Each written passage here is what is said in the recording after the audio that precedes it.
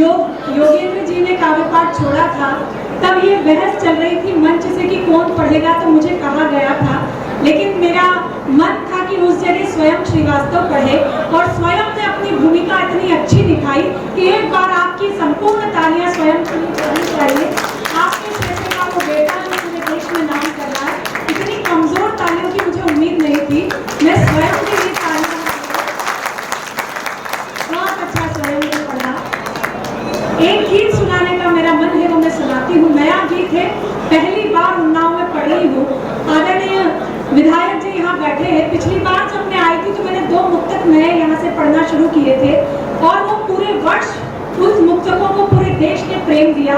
इसलिए मेरा मन है कि इस गीत की भी बोली मैं यहाँ से करूँ, तो आपका जो स्नेह मिलेगा मुझे, मैं बिल्कुल आप जिस तरीके से मुझे दाद दे रहे हो, ऐसा लग रहा है आप जिंदे इलाही हो, मैं ऐसा बिल्कुल मत करिए। मैं सुनाऊंगी, धीरे धीरे ही सुना पाऊंगी, जल्दी जल्दी नहीं सुना पाऊंगी, क्योंकि मैंने भी पिछले 4 घंटों से अपने क्रम की प्रतीक्षा की है, तो मैं भी प्यासी रहकर जाना नहीं चाहती। मैं भी पूरा सुनाकर जाऊंगी। एक बार मुझे तालियां दीजिए, मैं गीत की भूमिका में एक मुक्तक सुनिए। कहते हैं कि स्त्री के लिए मुखर होकर श्रृंगार सुनाना बहुत कठिन होता है, लेकिन मेरा मानना है कि स्त्री ही मुखर होकर श्रृंगार सुना सकती है। उस मुखरता का परिचय देती हूँ और उन्नाव में पढ़ती हूँ कि नयनों ने नयनों ही में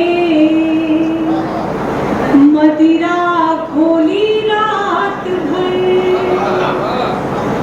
नयनों ने नयनों ही में मदिरा खोली रात भर, चांद को पाने की जिद में खिड़की खोली रात भर, चांद को पाने की जिद में खिड़की खोली रात भर, खाए सेज पर मैंने उसका आमंत्रण स्वीकार किया, खाए सेज पर मैंने उसका आमंत्रण स्वीकार किया, मैं चुप वो चुप दोनों ही चुप, चूड़ी बोली रात भर, मैं चुप वो चुप दोनों ही चुप, चूड़ी बोली रात भर, मैं भी बहकी मन भी बहका, वो भी बहका रात भर,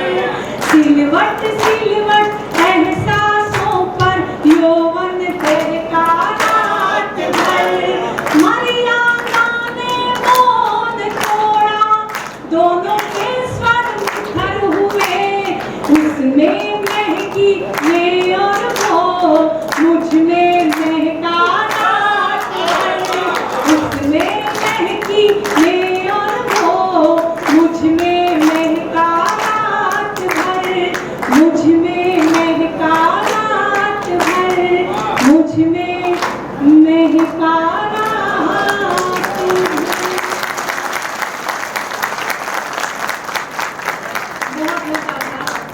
बचपन की मोहब्बत सभी को याद रहती है, ऐसा मेरा मानना है। एक याद अगर मैं आपके भीतर जीवित कर दूं इस गीत से, तो फिर मुझे स्नेह की तालियां दीजिएगा। मैं गीत प्रारंभ करती बिना किसी भूमिका के।